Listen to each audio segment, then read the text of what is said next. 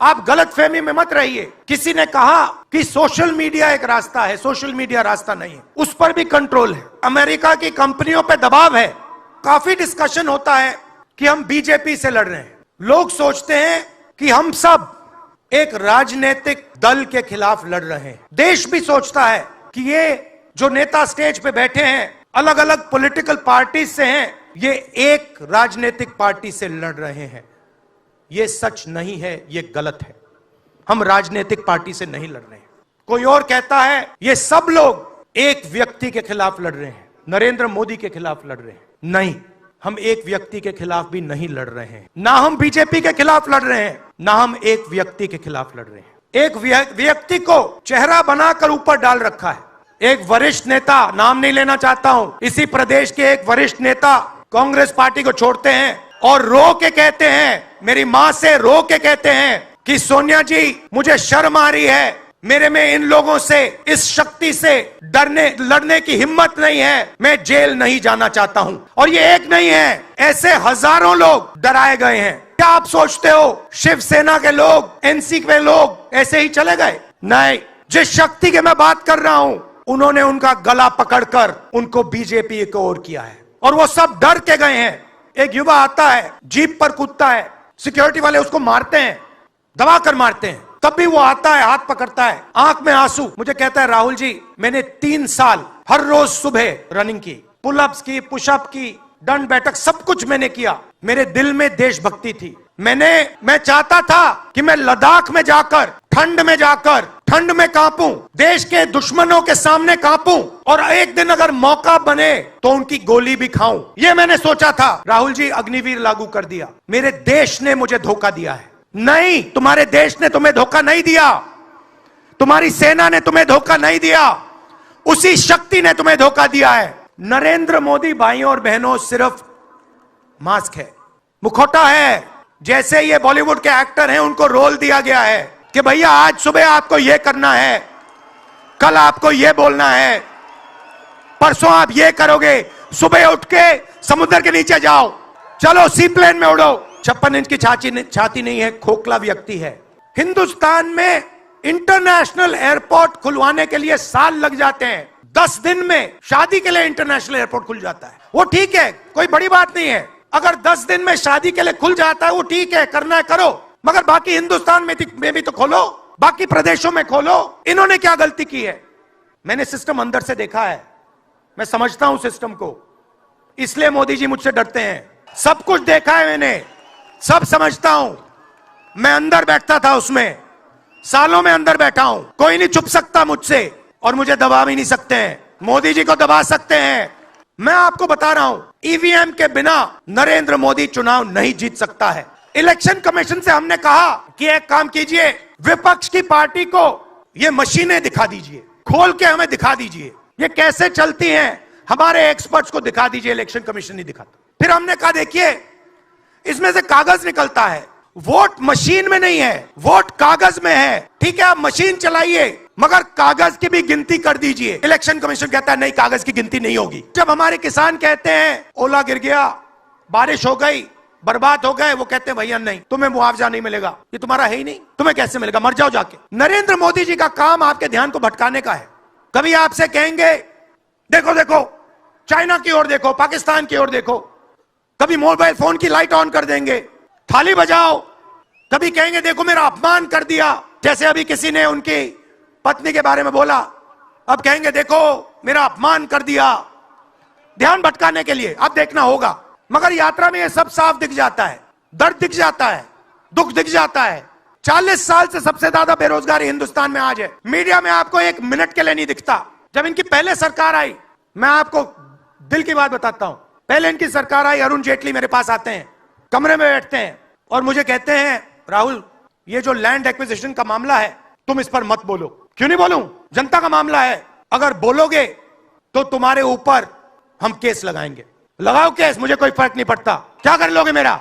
ED वाले आए, 50 घंटे बैठा दिया, अंत में पता है क्या बोलता है ईडी का अफसर, मुझे पता है क्या बोलता है, कहता है राहुल जी आप किसी से नहीं डरते हो, आप नरेंद्र मोदी को हरा सकते हो। ईडी का अफसर बोलता है मुझे। आप देखिए हर प्रदेश से यहां लोग बैठे हैं, हर व्यक्ति ने अपनी यहां बात रखी, स्टालिन जी ने अपनी बात रखी, सोरेन जी ने अपनी बात रखी। ये हिंदुस्तान बोल रहा है। नरेंद्र मोदी जी की मीटिंग देखिए, वहां सिर्फ एक व्यक्ति बोलता है। गडकरी जी परे हो जाते हैं, माला के बाहर निकाल देते हैं उनको। इसलिए हमने इसको इंडिया गठबंधन नाम दिया है। ये हिंदुस्तान की रक्षा कर रहा है। ये सब लोग डरे नहीं हैं। ये सब लोग उसी सिस्टम का मुकाबला कर रहे हैं। आज नरेंद्र मोदी के पास भ्रष्टाचार की मोनोपोली है। इलेक्टोरल बॉन्ड्स का सिस्टम निकाला। मैं आपको समझाता हूं। यहां पे जो छोटे छोटे सड़कों पे ना एक्सटॉर्शन चलता है, हफ्तेबाजी चलती है ना, वो नेशनल लेवल पे कर रहे हैं ये लोग। मुंबई में किसी भी गुंडे को आप सीबीआई, ईडी और इनकम टैक्स पकड़ा दो, ठीक है, वो हो रहा है, वो ही हो रहा है। एक व्यक्ति ने इनको पकड़ रखा है, उनके पीछे एक और शक्ति है, वो कह रही है भैया आप देखो हमें ये एयरपोर्ट चाहिए। आपका एयरपोर्ट मुंबई का एयरपोर्ट है ना, आपने तो देखा। सीबीआई की इंक्वायरी हुई और उसके एकदम बाद मुंबई एयरपोर्ट अदानी जी को मिल गया।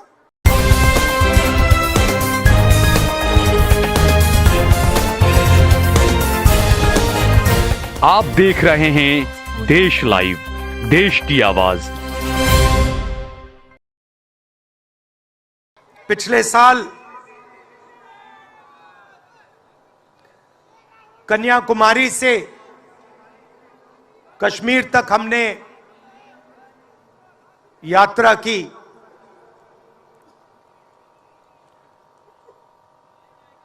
यात्रा करनी पड़ी। अगर मैं अपने आप से पूछता 2004 में, 2010 में, 2014 में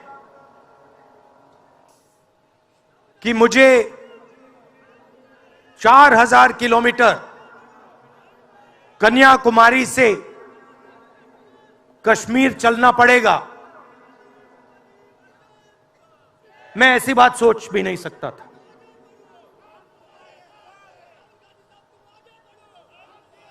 ये यात्रा, शांत हो जाएं,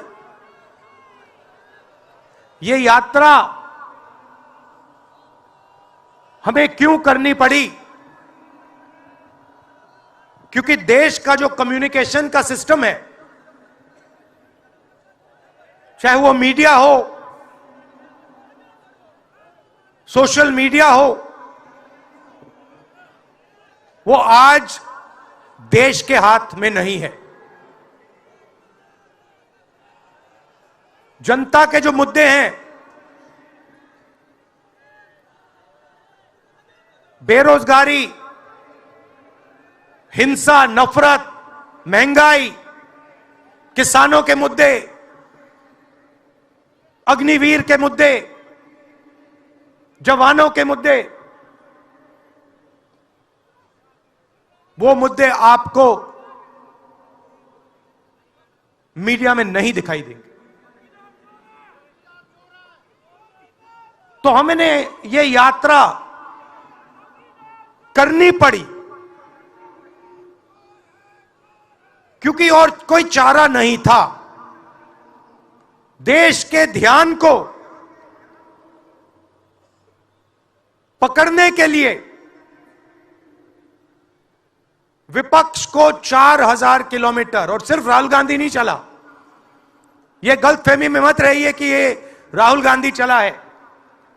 सब पार्टियों के, सब विपक्ष के पार्टियों के लोग चले, सब नेता आए।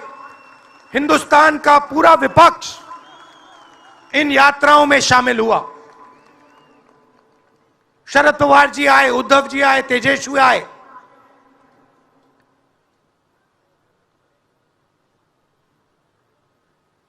सोशल मीडिया में भी आप गलतफहमी में मत रहिए। किसी ने कहा कि सोशल मीडिया एक रास्ता है, सोशल मीडिया रास्ता नहीं है। उस पर भी कंट्रोल है। अमेरिका की कंपनियों पर दबाव है।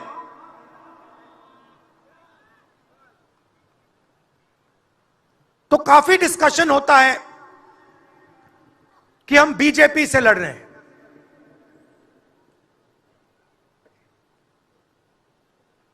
लोग सोचते हैं कि हम सब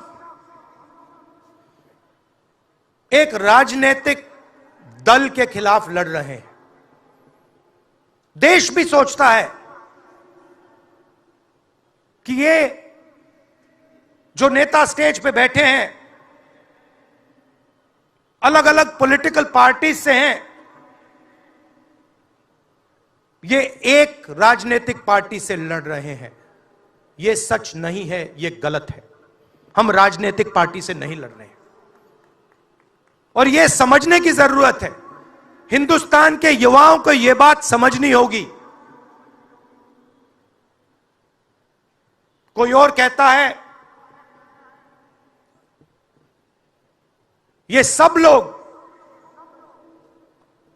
एक व्यक्ति के खिलाफ लड़ रहे हैं, नरेंद्र मोदी के खिलाफ लड़ रहे हैं। नहीं, हम एक व्यक्ति के खिलाफ भी नहीं लड़ रहे हैं, ना हम बीजेपी के खिलाफ लड़ रहे हैं, ना हम एक व्यक्ति के खिलाफ लड़ रहे हैं। एक व्यक्ति को चेहरा बनाकर ऊपर डाल रखा है।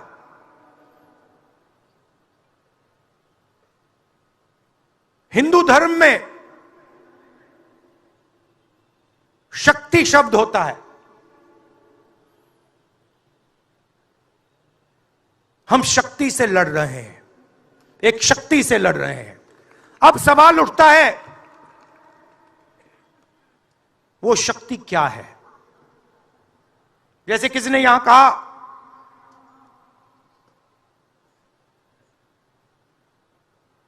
राजा की आत्मा ईवीएम में है। सही है, सही है।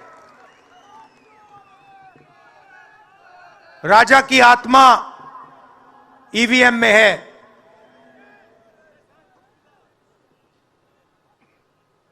हिंदुस्तान की हर संस्था में है, ईडी में है, सीबीआई में है, इनकम टैक्स डिपार्टमेंट में है। एक वरिष्ठ नेता, नाम नहीं लेना चाहता हूं, इसी प्रदेश के एक वरिष्ठ नेता कांग्रेस पार्टी को छोड़ते हैं और रो के कहते हैं, मेरी मां से रो के कहते हैं कि सोनिया जी मुझे शर्म आ रही है, मेरे में इन लोगों से, इस शक्ति से लड़ने की हिम्मत नहीं है, मैं जेल नहीं जाना चाहता हूं। और ये एक नहीं है, ऐसे हजारों लोग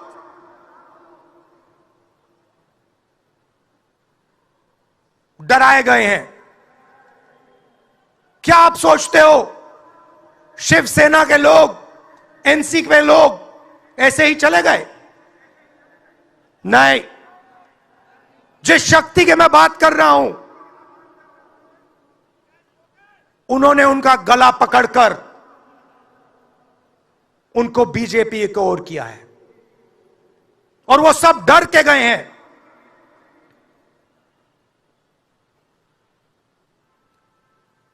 चार 4,000 किलोमीटर चला, उसके बाद 6,000 किलोमीटर मणिपुर से महाराष्ट्र, मुंबई, धारावी।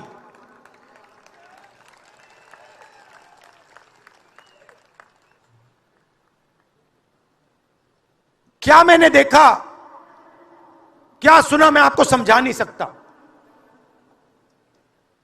शब्दों में नहीं बता सकता मैं आपको। बोल रहा हूं तो बात याद आई, मेरे पास एक युवा आता है, जीप पर कूदता है, सिक्योरिटी वाले उसको मारते हैं, दबाकर मारते हैं, तब भी वो आता है, हाथ पकड़ता है, आंख में आंसू, मुझे कहता है राहुल जी मैंने 3 साल हर रोज सुबह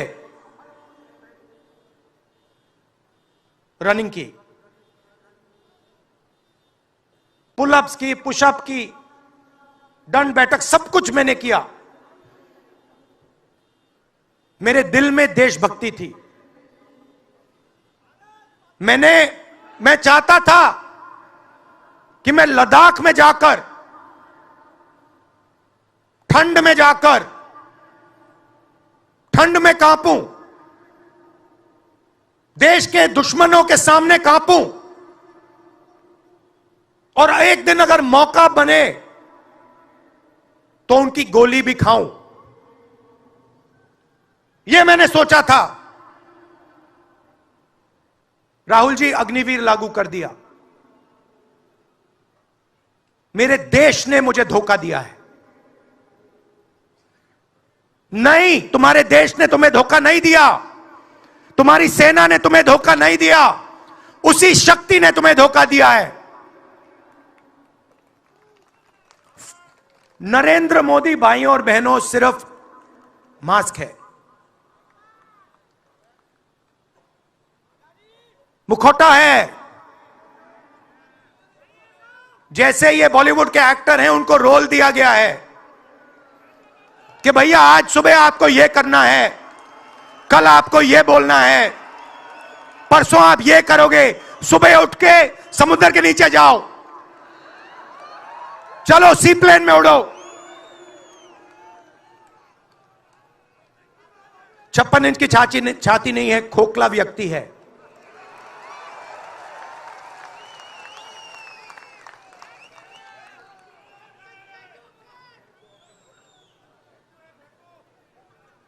धारावी को देखिए आप। मुझसे पूछा गया कि ये जो यात्रा होगी कहां से कहां होगी। मैंने सोचा, एक बात क्लियर थी, मणिपुर से शुरू होगी। क्यों? वहां पे इसी शक्ति ने सिविल वॉर का माहौल बना रखा है। भाई भाई को मार रहा है, गोली मार रहे हैं, तो शुरुआत तो वहां से होगी। और फिर मैंने सोचा,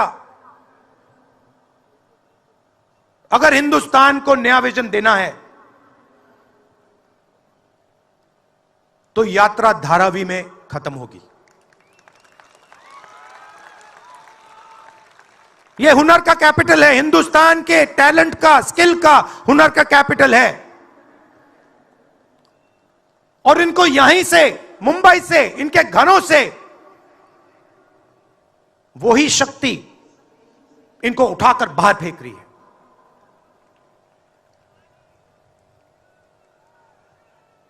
एक साथ मिलकर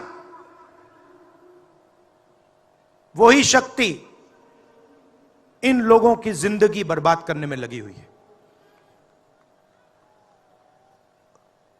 मैं आपको इस स्टेज से बता रहा हूं, चाइना में एक शहर है, उसका नाम शेंजन है। सच्चा मुकाबला उस शहर से है जो आपको मीडिया में कभी कोई नहीं बताएगा। धारावी शेंजन का मुकाबला कर सकता है। बैंक के दरवाजे इन बच्चों के लिए खोलो, इन बच्चों को सरकार की मदद करो, और फिर देखो ये शेंजन का क्या करते हैं। उठा के परे कर देंगे शेंजन को ये लोग। Made in Mumbai, made in Dharavi, made in China को उड़ा के हटा देगा, परे कर देगा। मगर नहीं, 22 लोग हैं यहां पे,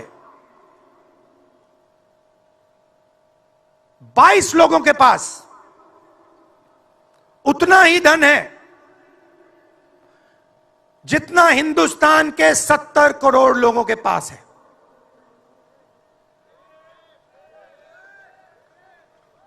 हिंदुस्तान में इंटरनेशनल एयरपोर्ट खुलवाने के लिए साल लग जाते हैं। 10 दिन में शादी के लिए इंटरनेशनल एयरपोर्ट खुल जाता है। वो ठीक है, कोई बड़ी बात नहीं है। अगर 10 दिन में शादी के लिए खुल जाता है वो ठीक है, करना है करो, मगर बाकी हिंदुस्तान में भी तो खोलो, बाकी प्रदेशों में खोलो, इन्होंने क्या गलती की है?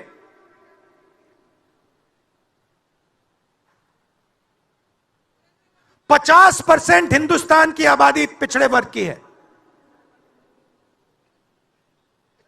15% दलित, 8% आदिवासी, 15% माइनॉरिटी, 5% 7% गरीब जनरल कास्ट के लोग। मीडिया के मालिकों की लिस्ट निकालिए, नाम दिखा दीजिए मुझे। दलित का नाम दिखा दो, आदिवासी का नाम दिखा दो, पिछड़े का नाम दिखा दो लिस्ट में। एक नहीं मिलेगा आपको। मैं ढूंढ रहा हूं, महीनों से ढूंढ रहा हूं।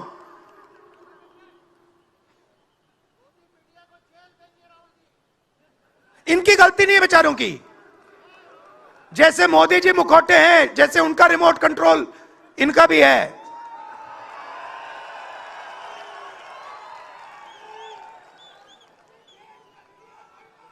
मीडिया में कोई नहीं।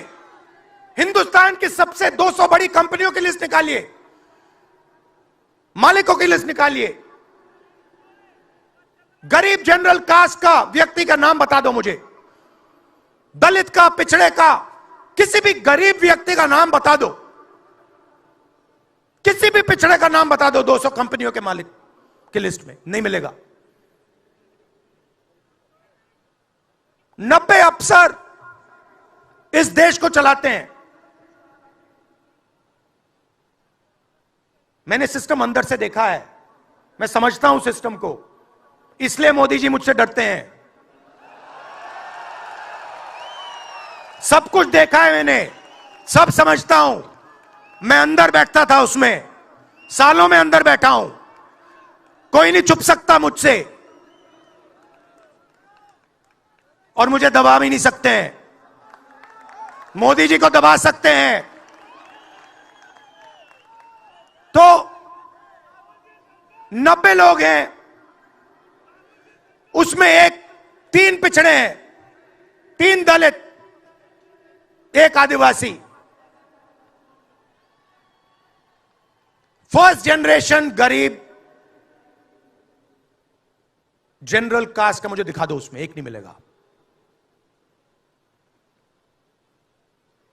बजट में 100 रुपए खर्च होते हैं,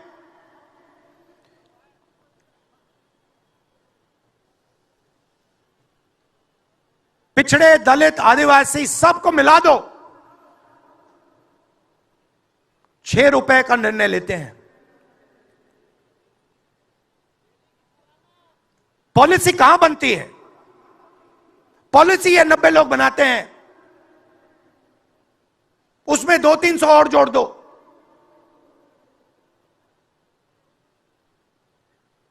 उसमें 50-60 अरबपति जोड़ दो।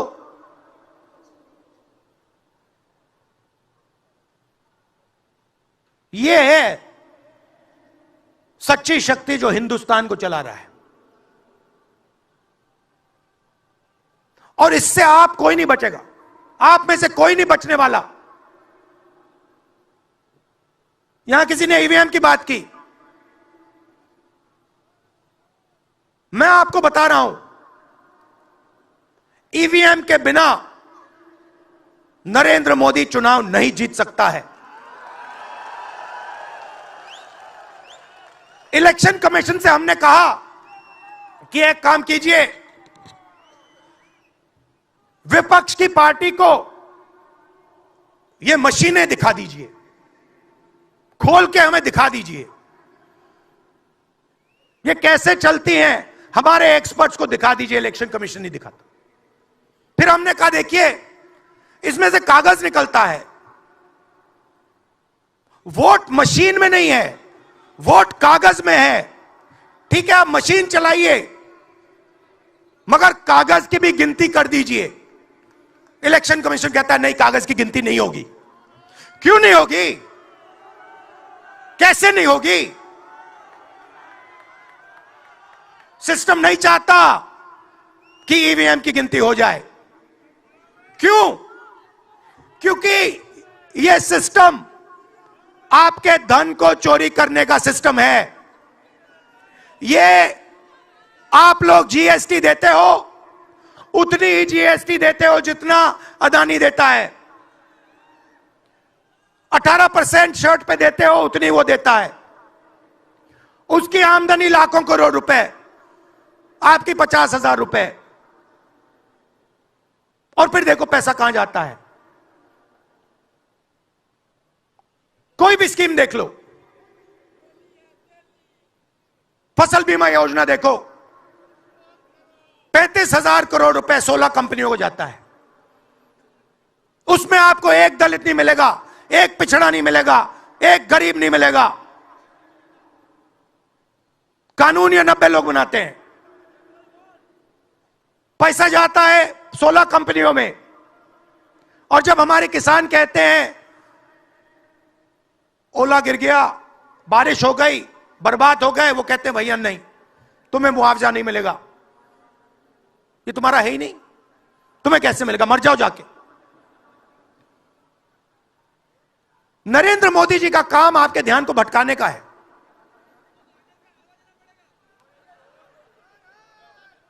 कभी आपसे कहेंगे देखो देखो चाइना की ओर देखो, पाकिस्तान की ओर देखो। कभी मोबाइल फोन की लाइट ऑन कर देंगे, थाली बजाओ।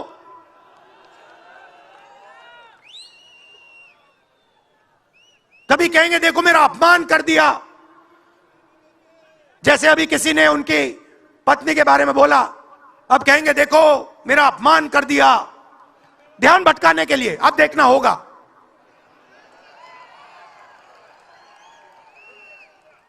मगर यात्रा में यह सब साफ दिख जाता है, दर्द दिख जाता है, दुख दिख जाता है।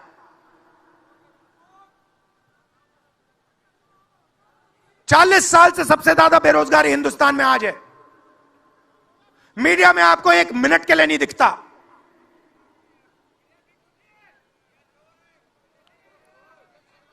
मोबाइल फोन आप देखते हो, चाइना का मोबाइल फोन, शर्ट खरीदते हो, चाइना की शर्ट, जूते खरीदते हो, चाइना के जूते। चाइना के युवा को फायदा हो रहा है, और किसको फायदा हो रहा है? और किसको फायदा हो रहा है? यह आपने कभी पूछा अपने आप से? जब चाइना का यहां माल बिकता है, सिर्फ चाइना को फायदा नहीं होता, हिंदुस्तान के अरबपतियों को भी फायदा होता है भाई और बहनों। इसलिए धारावी को कभी उठने नहीं देंगे। इसलिए धारावी को यह सरकार कभी सपोर्ट नहीं दे सकती।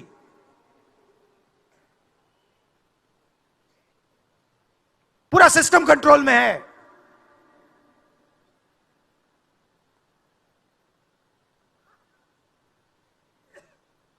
जब इनकी पहले सरकार आई, मैं आपको दिल की बात बताता हूं, पहले इनकी सरकार आई, अरुण जेटली मेरे पास आते हैं, कमरे में बैठते हैं और मुझे कहते हैं राहुल, ये जो लैंड एक्विजिशन का मामला है,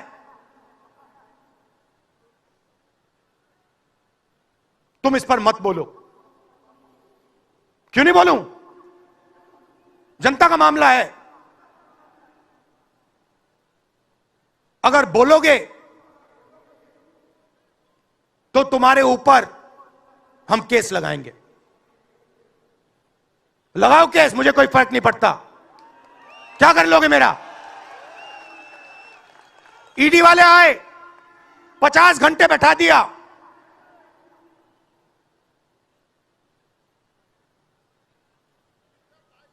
अंत में पता है क्या बोलता है ईडी का अफसर? मुझे पता है क्या बोलता है?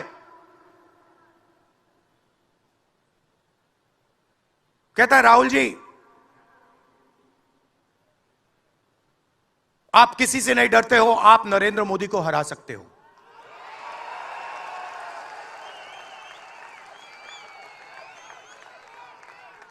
ईडी का अफसर बोलता है मुझे।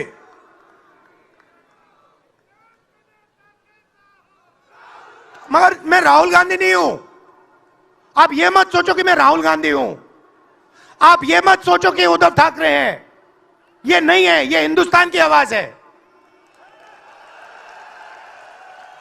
आप देखिए, हर प्रदेश से यहां लोग बैठे हैं। हर व्यक्ति ने अपनी यहां बात रखी। स्टालिन जी ने अपनी बात रखी, सोरेन जी ने अपनी बात रखी। ये हिंदुस्तान बोल रहा है। नरेंद्र मोदी जी की मीटिंग देखिए, वहां सिर्फ एक व्यक्ति बोलता है।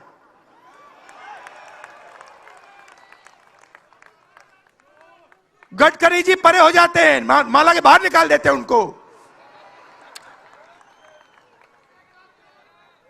इसलिए हमने इसको इंडिया गठबंधन नाम दिया है। ये हिंदुस्तान की रक्षा कर रहा है। ये सब लोग डरे नहीं हैं। ये सब लोग उसी सिस्टम का मुकाबला कर रहे हैं। आज नरेंद्र मोदी के पास भ्रष्टाचार की मोनोपोली है।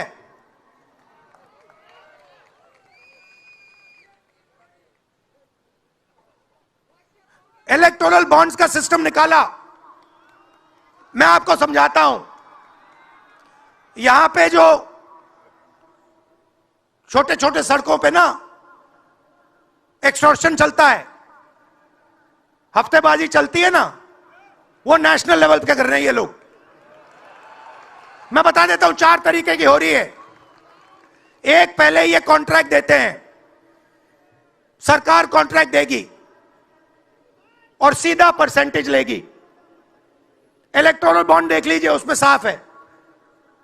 कंपनी को कॉन्ट्रैक्ट मिलता है, उसके एकदम बाद वो बीजेपी को हफ्ता देना शुरू कर देती है। दूसरा, सीधा एक्सटॉर्शन। ईडी सीबीआई भेज देंगे। जैसे यहां पे मुंबई का एयरपोर्ट इनको चाहिए था, ईडी सीबीआई भेजी, एयरपोर्ट किसी और को पकड़ा दिया। सीधा एक्सटॉर्शन। तीसरा, शेल कंपनी।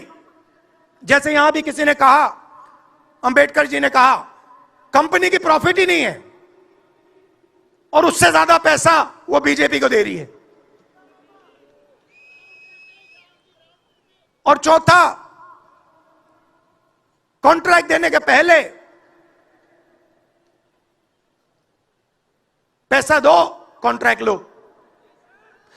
देखिए, मैं आपको एक बात कहता हूं, यहां मुंबई में किसी भी गुंडे को आप सीबीआई, ईडी और इनकम टैक्स पकड़ा दो, ठीक है, वो हो रहा है।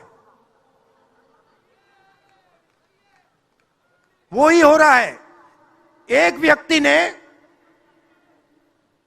इनको पकड़ रखा है, उनके पीछे एक और शक्ति है, वो कह रही है भैया आप देखो, हमें ये एयरपोर्ट चाहिए। आपका एयरपोर्ट मुंबई का एयरपोर्ट है ना, आपने तो देखा।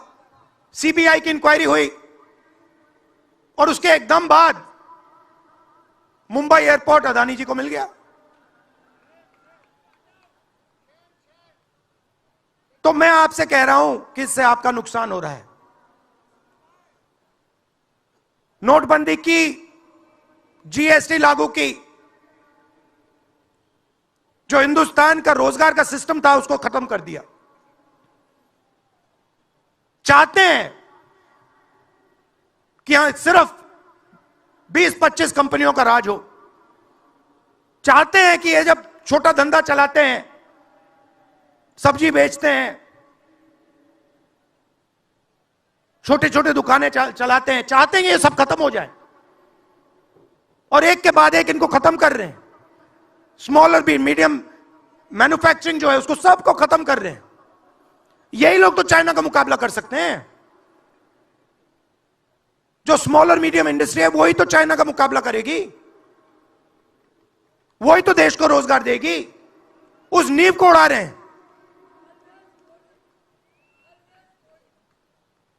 और आपको खड़ा होना पड़ेगा। आपके बिना काम नहीं बनने वाला। आप हो भारत माता, आप सब भारत माता हो। और आपकी जिम्मेदारी बनती है, हमारी जिम्मेदारी है, मगर देश के युवाओं की भी जिम्मेदारी बनती है।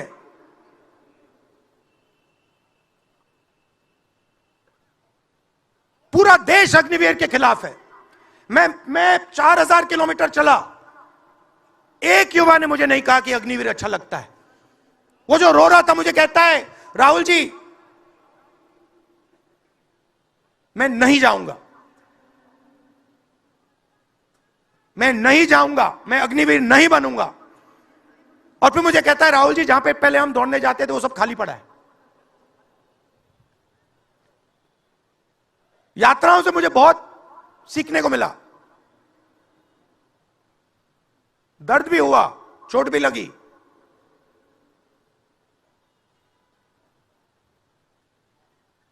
मगर जो प्यार मिला, दिल से जो प्यार मिला,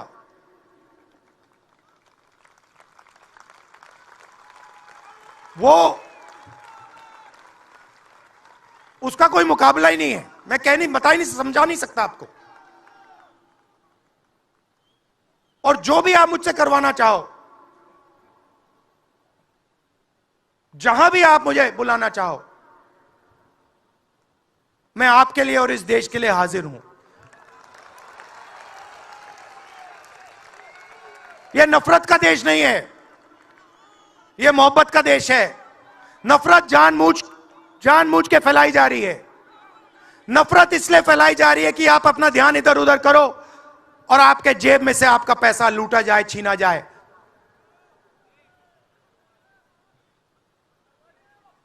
तो नफरत को नहीं फैलने दो। जैसे यात्रा से मैसेज निकला, हिंदुस्तान के दिल से मैसेज निकला, नफरत के बाजार में मोहब्बत की दुकान खोलो। यह हमारे सब महापुरुषों ने कहा है। गांधी जी ने कहा, बुद्ध भगवान ने कहा, राम जी ने कहा, यही कहा। अगर राम का, बुद्धा का एक ही मैसेज है, नफरत के बाजार में मोहब्बत की दुकान खोलो। धन्यवाद।